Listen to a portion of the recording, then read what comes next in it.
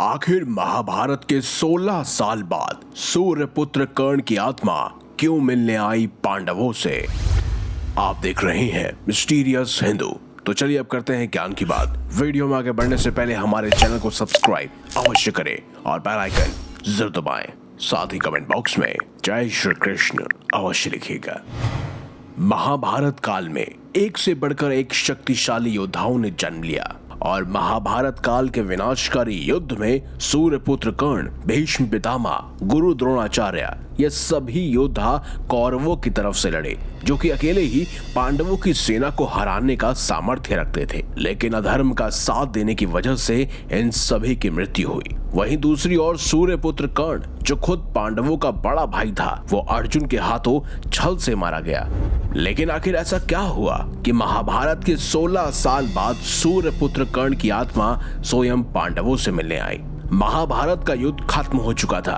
राजा बनने के पश्चात हस्तिनापुर में युधिष्ठिर धर्म और न्याय पूर्वक शासन करने लगे। युधिष्ठिर प्रतिदिन धृतराष्ट्र और गांधारी का आशीर्वाद लेने के बाद ही अन्य दूसरे कार्य करते। इस प्रकार अर्जुन, नकुल, सहदेव, द्रौपदी इत्यादि भी सदैव धृतराष्ट्र और गांधारी और माता कुंती की सेवा में लगे रहते। लेकिन भीम के मन में धृतराष्ट्र के प्रति और धृतराष्ट्र के मन में भीम के प्रति हमेशा द्वेष भाव ही रहता। भीम धृतराष्ट्र के सामने कभी कुछ ऐसी बातें कह देते जो कहने योग्य नहीं होती थी। इस प्रकार धृतराष्ट्र, गांधारी और कुंती को पांडवों के साथ रहते रहते 16 साल गुजर गए। एक दिन भीम ने धृतराष्ट्र और गांधारी के सामने कुछ ऐसी बातें कह दी जिसे सुनकर उनके मन में बहुत शोक उत्पन्न हो गया।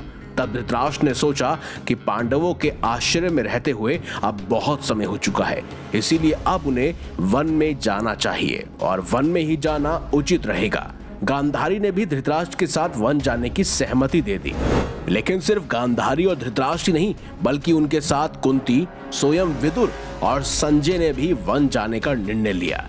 वन जाने का विचार कर धृतराष्ट्र ने युधिष्ठिर को बुलाया और उनके सामने पूरी बात कही। पहले तो युधिष्ठिर बहुत दुखी हुए, लेकिन बाद में महर्षि वेदव्यास के कहने पर युधिष्ठिर भी मान गए। जब युधिष्ठिर को पता चला कि धृतराष्ट्र और गांधारी के साथ माता कुंती, विदुर और संजय भी वन जा रहे हैं, तो उनके शोक की सीमा नहीं रही। धृतराष्ट्र ने बताया कि कार्तिक मास की पूर्णिमा को वो वन के लिए यात्रा करेंगे। वन जाने से पहले धृतराष्ट्र ने अपने पुत्रों और अन्य परिजनों के श्राद्ध के लिए युधिष्ठिर से धन भी मांगा था, जिस पर युधिष्ठिर ने धृतराष्ट्र को बहुत सारा धन देकर श्राद्ध कर्म पूर्ण करवाया। तय समय पर धृतराष्ट्र, गांधारी, कुंती, विदुर और संजय ने वन यात्रा प्रारंभ की। धृतराष्ट्र आदि ने पहली रात गंगा नदी के तट पर व्यतीत की। कुछ दिन वहां रुकने के बाद धृतराष्ट्र, गांधारी, कुंती, विदुर, संजय कुरुक्षेत्र आ गए। यहाँ महर्षि वेदव्यास से वनवास की दीक्षा लेकर ये सभी महर्षि सतयुग के आश्रम में निवास करने लगे। वन में रहते हुए धृतराष्ट्र घोर तप करने लगे। तब से उनके शरीर का मांस सूख गया। सिर पर महर्षियों की तरह जटाएं धारण कर ली और रोजाना ही कठोर तप वो करने लगे। तब से उनके मन का मोह दूर हो गया। गांधारी, कुंती भी तप में लीन रहने लगे और विदुर और संजय इनकी सेवा में लगे रहते और तपस्या किया करते।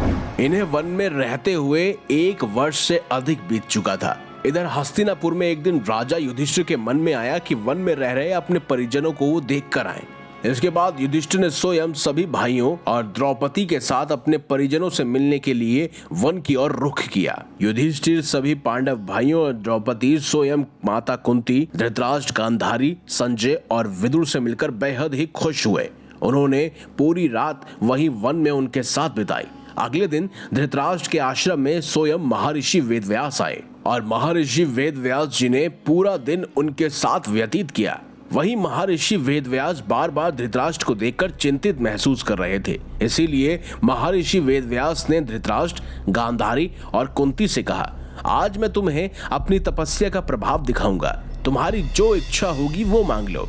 तब धृतराष्ट्र और गांधारी ने युद्ध में मृत अपने पुत्रों तथा कुंती ने कर्ण को देखने की इच्छा प्रकट की थी। बहुत समय से धृतराष्ट्र, गांधारी, माता कुंती तप में लीन थे। इस वजह से उनके शरीर में कई सारी शक्तियां जागृत हो चुकी थी और वेदव्यास भी उन्हें देखकर समझ चुके थे कि वो सब अपने मृत परिजनों को देखना चाहते हैं और इसीलिए ही वेद व्यास ने उनसे उनकी इच्छा पूछी थी। धृतराष्ट्र गांधारी अपने मृत बच्चों को देखना चाहते थे और कुंती अपने पुत्र कर्ण को देखना चाहती थी। इसके अलावा द्रौपदी भी स्वयं अपने परिजनों को देखना चाहती थी। और उसके बाद महर्षि ने कहा कि ऐसा ही होगा। युद्ध में मारे गए जितने भी वीर हैं उन्हें आज रात तुम सभी देख पाओगे। ऐसा कहकर महर्षि ने सभी को गंगा तट पर चलने के लिए कहा। महर्षि वेदव्यास के कहने पर सभी गंगा तट पर एकत्रित हो गए और रात होने का इंतजार करने लगे।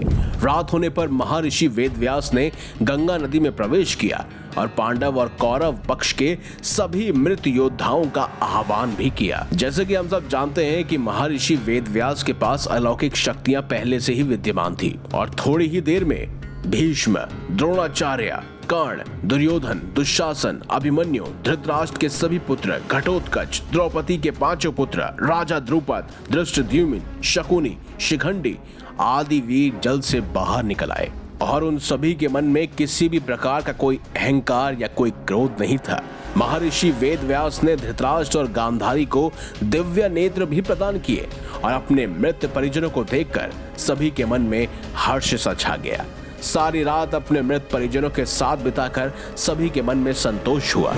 वहीं कहते हैं कि कर्ण भी अपने 5 पांडव भाइयों से और माता कुंती से मिला और इस तरह अपने मित्र पुत्रों, भाइयों, पतियों व अन्य संबंधियों से मिलकर सभी का संताप दूर हो गया। तो इस तरह महाभारत युद्ध के खत्म होने के 16 वर्ष बाद कर्ण खुद पांडवों और साथ ही अपनी माता कुंती से मिलने आए थे। अगर आपको हमारी ये खास जानकारी या वीडियो अच्छी लगी है तो इस वीडियो को लाइक करें, हमारे चैनल को सब्सक्राइब करें और ज्यादा से ज्यादा शेयर भी करें। तो मिलेंगे अगली बार एक नई खास वीडियो के साथ। देखते रहिए संपूर्ण ज्ञान का केंद्र बिंदु मिस्टीरियस हिंदू।